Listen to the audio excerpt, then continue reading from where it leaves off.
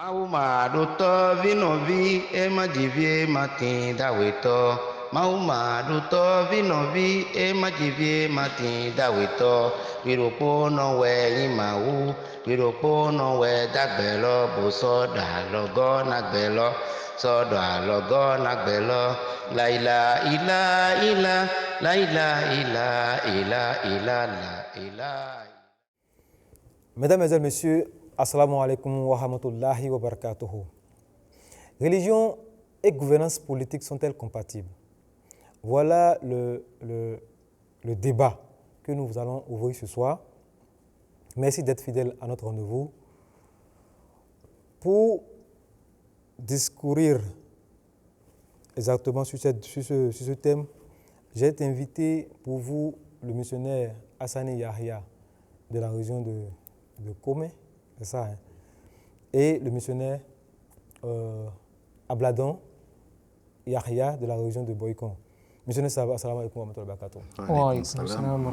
Le débat est lancé. Nous voulons voir, est-ce que le politique et le religieux sont-ils compatibles? Et comme souvent, avant de rentrer dans le vif du sujet, vous allez nous définir les deux notions. C'est-à-dire d'abord, qu'est-ce que vous mettez dans la gouvernance religieuse et dans la gouvernance politique? Vous voyez, la religion et l'appareil de l'État sont en fait deux des nombreuses roues de la société. Maintenant, la religion, c'est quoi? Si nous prenons le mot religion, ce mot est composé de deux mots. Il y a Ré et Légion. Ré veut dire quoi? Ré signifie faire de nouveau, doubler quelque chose. Légion signifie attacher à, lié à quelque chose. Ensemble, le mot veut dire religion a pour sens, c'est-à-dire la reliaison de l'homme à son principal créateur qui est la divinité. Maintenant, si nous évoluons et que nous prenons les dictionnaires, nous analysons un peu les dictionnaires, selon les dictionnaires, la religion est la croyance en un ou plusieurs forces surnaturelles, souveraines, perpétuées, par un ensemble de rites et de dogmes. Ça, c'est la religion. Okay. En venant au niveau de la gouvernance politique, la gouvernance politique veut dire tout simplement exercer de l'autorité politique. D'accord. Ok, monsieur Sam. Si vous avez la définition, si ça vous convient, nous allons dans le vif du sujet. Vous allez nous donner quelques formes, n'est-ce pas, de gouvernance politique. Oui, je vais renchérir un peu ce que le missionnaire vient de dire. Il faut comprendre que quand on parle de la religion, on parle de Dieu. Et quand on évoque le sujet de Dieu, personne n'a jamais vu Dieu physiquement. Donc, religion, c'est d'abord personnel. C'est ce lien-là que l'être humain a créé par l'inspiration de Dieu, qu'il a envoyé des prophètes. Donc, qu'il a enseigné, ces prophètes-là ont enseigné à l'être humain comment être en contact avec le divin. Et quand on parle du divin, vous pouvez l'appeler par les noms que vous voulez. D'autres vont dire God, d'autres vont dire Dieu, d'autres vont dire Zappa, d'autres vont dire Allah. Donnez-lui tous les noms que vous voulez. Mais c'est Dieu. Donc, le Dieu suprême, ce Dieu-là qui est le créateur de l'être humain, ce Dieu-là qui a créé l'homme et qui lui a donné l'objectif qu'il lui faut sur cette terre. Donc, c'est ce Dieu-là qui va révéler comment l'être humain doit passer pour pouvoir l'adorer et quelles sont les lois que l'être humain doit suivre. Donc, la religion, comme il a dit, ça vient du latin, religar, qui signifie le sens qu'il a donné tout à l'heure. La politique, ou bien la gouvernance, c'est la manière de gérer, c'est la manière de diriger. C'est cette manière-là d'ordonner la société. Donc, d'un point de vue, on peut dire que c'est des choses qui se complètent. Mais lorsque nous allons rentrer dans le sujet, je pense que nous allons essayer d'expliquer plus mieux que Religion, ça. on a compris, par la grâce de Dieu, on a compris religion. Maintenant, expliquez-nous, donnez-nous quelques formes de gouvernance politique pour qu'on puisse se retrouver un peu. Dans la gouvernance politique, nous avons, vous savez, l'être humain, c'est Dieu qui désigne. Depuis les temps antiques, l'être humain a su s'imposer. Vous allez voir dans des familles où quelqu'un il a le charisme. Et là, il s'impose par sa façon de faire. Donc, c'est déjà, ça commence comme ça, la façon de gérer, la façon de gouverner. Donc, dans le monde politique ou bien dans la gouvernance, on a la monarchie, on a la dictature, on a le féodalisme ou bien le socialisme. On a toutes sortes de formes de gouvernance que les êtres humains ont su créer pour pouvoir gérer la société. Voilà. Ok, merci beaucoup, M. Sall. Maintenant, nous allons évoluer. Maintenant, quelles sont les formes du système politique que préconise l'islam? Au niveau de l'islam, quels sont... Bon, vous avez cité quelques-uns des systèmes politiques. Lequel a la faveur de l'islam? Dans la religion, l'islam, vous savez, c'est une religion universelle. Et c'est une religion qui passe d'abord par la réforme individuelle pour aller à la réforme sociale jusqu'à prendre le monde. L'islam ne préconise pas une forme de gouvernance qu'on peut dire que oui, l'islam a recommandé cette forme de gouvernance-là pour la bonne gestion de la société. Ce que nous pouvons dire est que l'islam on a tendance à croire que l'islam donne une ouverture vers ce qu'on appelle aujourd'hui la démocratie. Et oui, une ouverture vers la démocratie, puisque dans la façon de gérer, l'islam se base sur la justice.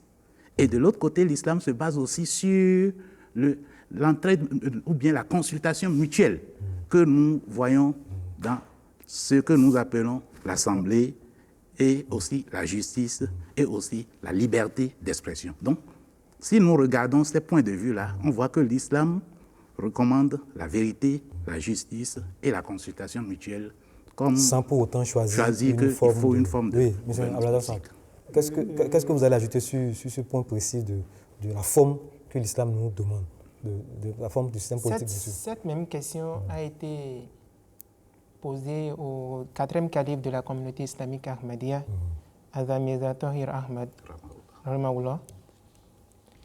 Et il a répondu en disant, il dit ceci, que l'islam ne préconise pas de gouvernance politique. Il serait absurde de penser qu'un système politique particulier peut satisfaire aux besoins de chaque peuple à toute époque. Il ne recommande ni la démocratie, ni le socialisme, ni la monarchie. Et pour finir, il dit ceci, il dit l'islam énonce des principes directeurs selon lesquels les affaires gouvernementales ou politiques doivent être conduites, à savoir la justice, l'équité, la sympathie et le respect et le maintien des droits fondamentaux de l'homme. Donc, le 4e calife a été clair dans sa réponse.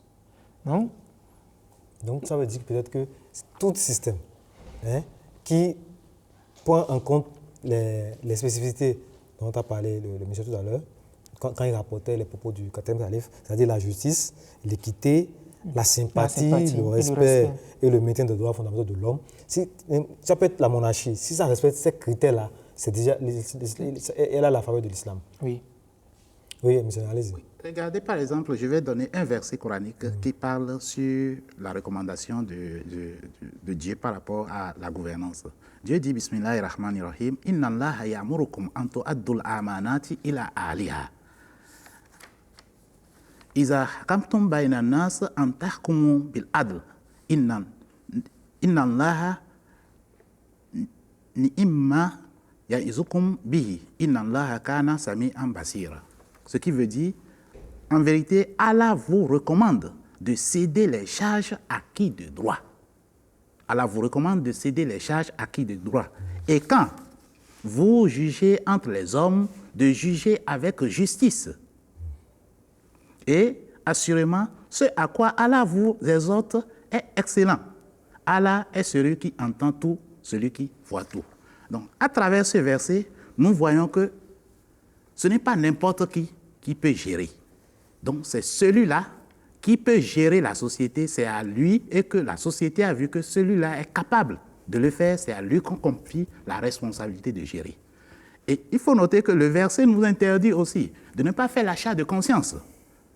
La façon dont ça se passe et que les gens le voient, on essaie, on donne un sac de riz ici, un sac de sel, un sac de choses là, ou bien de l'argent là-bas pour pouvoir acheter la conscience des gens, pour pouvoir voter pour la personne. L'islam interdit ça.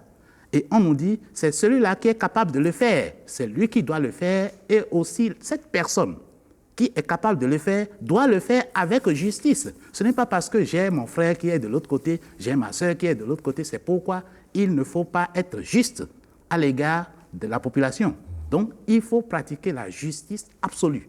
Donc, l'islam recommande que celui, que ce soit le votant ou bien celui qui sera au pouvoir, ils n'ont qu'à avoir la crainte de Dieu et être honnête et être juste dans tout ce qu'ils seront en train de faire, parce que chacun de nous rendra compte à Dieu, et Dieu le Très-Haut va demander comment nous avons géré les choses. Et je passe par là pour apporter ce verset, ce hadith-là où le saint prophète Mohammed nous dit que chacun de vous est berger. Et à chacun des bergers, on va poser des questions sur la façon dont il a géré sa bergerie. Donc, c'est très, très important que ce soit le gouvernant, que ce soit les gouvernés, chaque personne doit prendre sa responsabilité afin de pouvoir gérer la société comme cela se doit. Ok, missionnaire, merci beaucoup pour ça, on aurait compris. Maintenant, quelles sont les affinités, quels sont les rapports qui devaient exister, dans la société bien sûr, qui devaient exister entre les deux pouvoirs, le pouvoir religieux et le pouvoir politique? Abordons ça. Pour aborder ces questions, nous allons toujours donner les propos du quatrième calife. Vous savez, dans son livre « Problème des temps modernes », il nous dit ceci, que ce phénomène n'a jamais été étudié et examiné correctement. Maintenant, à voir les propos de Jésus dans la Bible, Matthieu 22, verset 21, Jésus nous dit, « Alors, rendez donc des choses de César à César, mais les choses de Dieu à Dieu. » C'est-à-dire quoi? À voir cette parole de Jésus-Christ, ces paroles possèdent une très grande sagesse. Et se suffisent à elles-mêmes. La religion et l'appareil d'État sont en fait deux des nombreuses roues de la société. Et en réalité, peu importe qu'il en ait 2, 4 ou 8, c'est-à-dire des formes de gouvernance, ce qui compte, c'est qu'elles soient toutes orientées dans la même direction et qu'elles tournent librement autour de leur axe. C'est-à-dire, l'État doit tourner autour de son axe, les religieux également doivent tourner autour de leur axe. Il ne faudrait pas qu'il y ait de conflit d'intérêts entre les deux. Donc une séparation. Une séparation. Donc les deux pouvoirs sont distincts. Est-ce que, voilà le développement du missionnaire, qu'est-ce que vous avez à compléter? Oui, ce que j'aimerais dire ici est que c'est vrai que les deux pouvoirs sont séparés, comme Jésus a eu à le dire, donner à César ce qui est à César et à Dieu ce qui est à Dieu. Vous allez comprendre que les gens, pourquoi il y a cette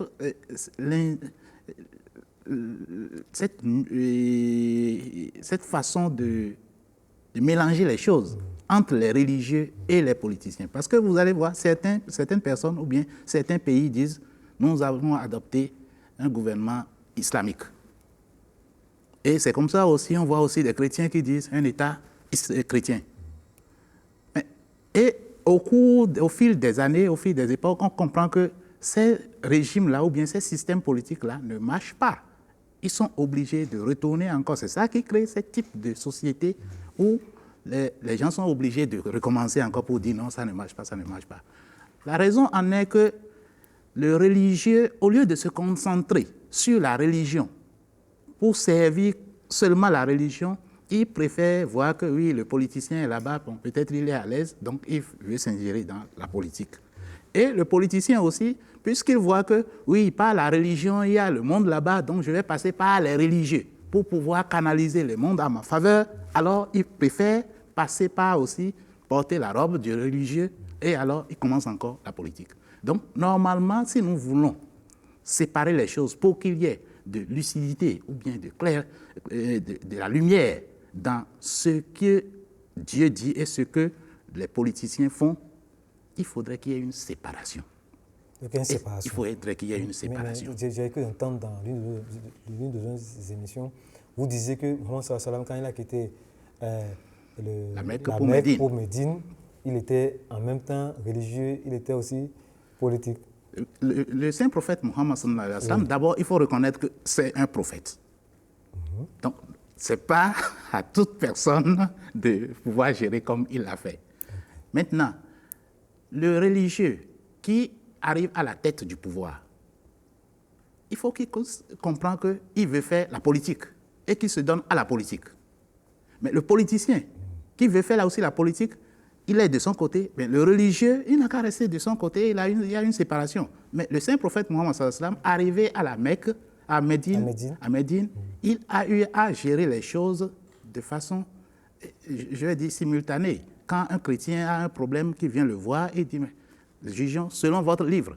Et quand le musulman a un problème, qui vient le voir, il dit, jugeons selon votre livre. Et quand le juif a un problème, il vient le voir, il dit, jugeons selon votre foi. Il n'avait pas imposé la charia à aucun peuple.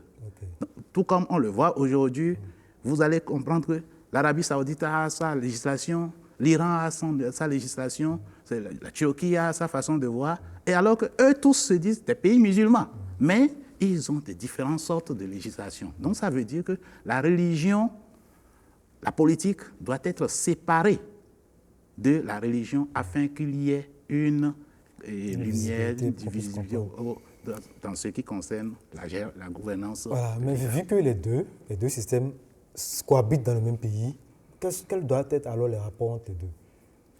Je suis d'accord avec ce que les deux sont séparés. Mais comment est-ce qu'ils doivent cohabiter pour qu'il n'y ait pas d'enchevêtrement entre les deux? Oui, les deux parties doivent cohabiter. Maintenant, en ce sens que les religieux ne doivent pas s'initier dans les affaires politiques, d'ailleurs dans le pouvoir politique. Vous voyez? Et l'autre chose, c'est celui qui veut devenir un politicien peut le faire, mais en respectant les principes fondamentaux dans le Saint-Coran de l'islam. Ça, vous voyez, à savoir la justice absolue, la sympathie et autres.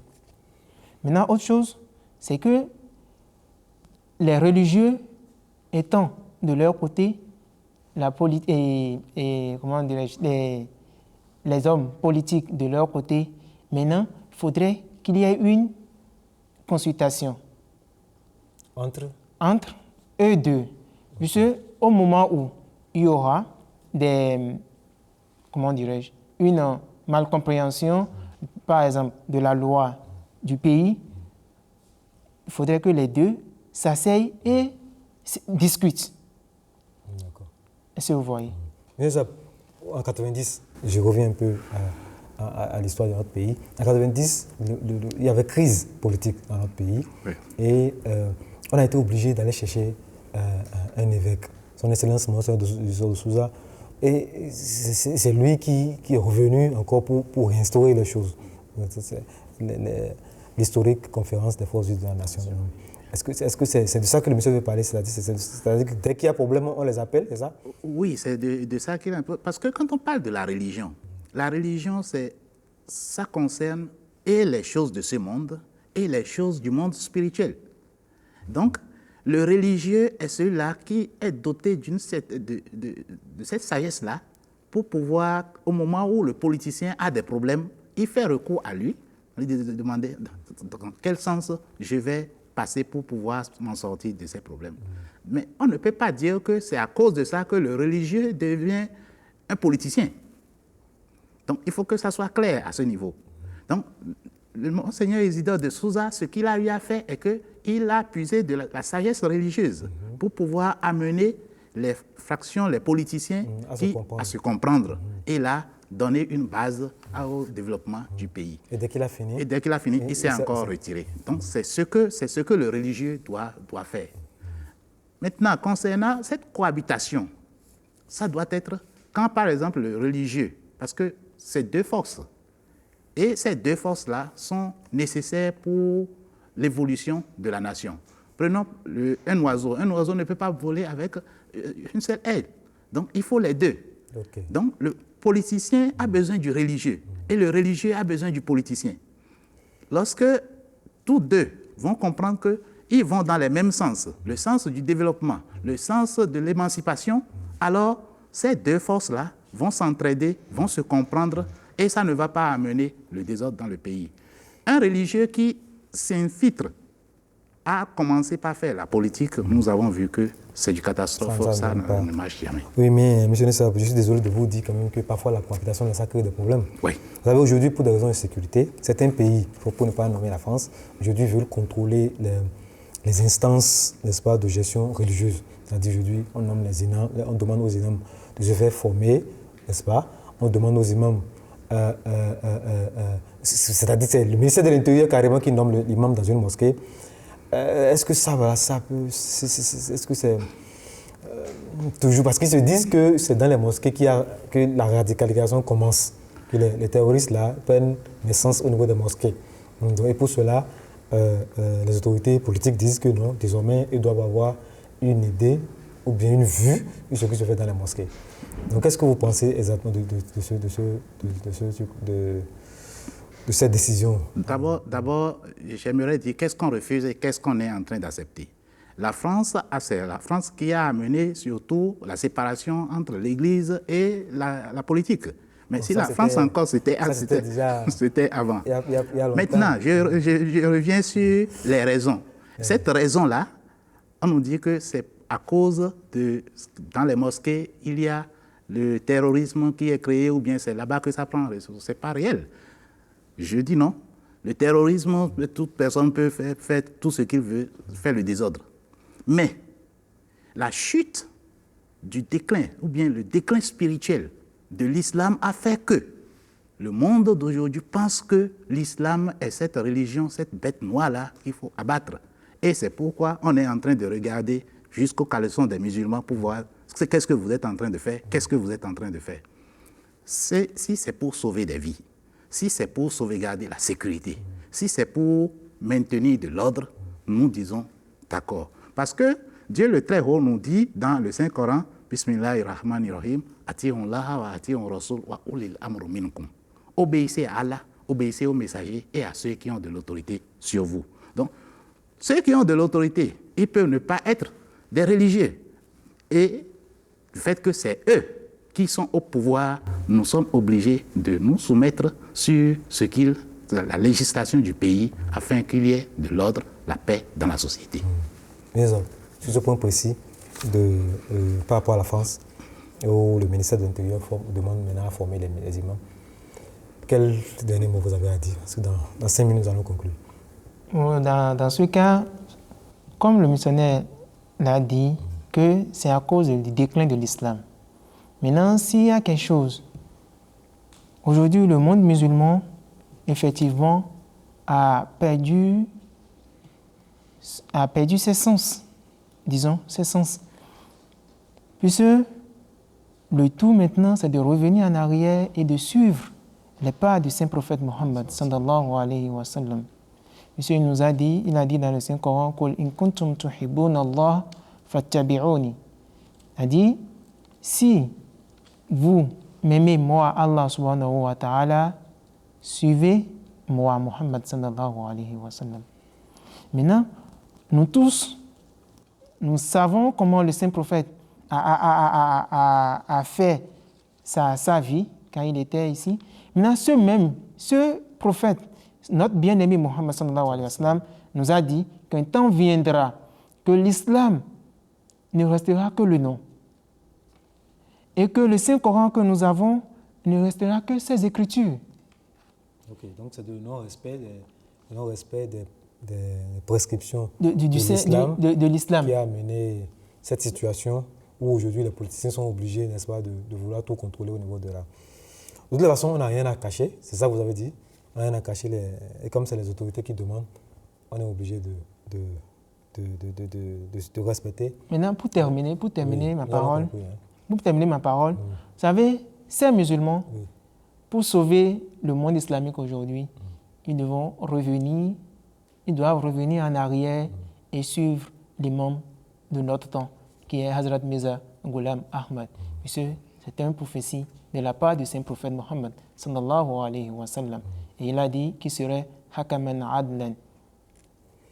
Oui. Votre conclusion, il ne nous reste que 2 minutes. Vous avez 2 minutes pour conclure. Ma conclusion est... Sur ce point précis de la compatibilité entre le pouvoir religieux et le pouvoir politique. Ce que je peux dire est que quand on dit le religieux, il faut savoir que c'est quelque chose de spirituel. C'est quelque chose qui est individuel et en même temps collectif. Okay. Mais maintenant, quand on dit la politique, c'est gérer les choses comme cela se doit. Et on nous demande de gérer avec justice. S'il n'y a pas la gestion avec justice, il ne peut pas y avoir le développement. Et s'il n'y a pas le développement, on va toujours tourner à rond, disant que oui, ce système-là ne marche pas, ce système-là ne marche pas, ceci-là ne cadre pas. Et c'est ça qui a fait depuis des années, depuis que l'être humain est être humain, on a passé de système en système, jusqu'à arriver aujourd'hui à là où nous sommes. Donc, si nous voulons qu'il y ait le développement, il faudrait que l'on commence d'abord à conscientiser l'être humain sur qu'est-ce que c'est que la justice. Et à bas âge, déjà, on enseigne la justice. Comment être bon dans la société, comment on peut amener la société à évoluer. Et petit à petit, graduellement, nous allons arriver vers l'étape que le livre sacré nous recommande à aller pour le développement de notre nation. Merci beaucoup. Merci, M. Sao. Merci, Abadan Sab. Nous sommes à la fin de notre émission. Merci de nous être toujours fidèles sur notre émission. Assalamu alaikum wa rahmatullahi wa barakatuh. Wa alaikum salam wa rahmatullahi wa barakatuh. La ilaha illa la ilaha illa la ilaha illa la ilaha illa la ilaha illa la ilaha illa Mahumadu to vinovi majivie matinda weto Mahumadu to vinovi e majivie matinda weto Wiropo no we yimawu Wiropo no we dagbelo boso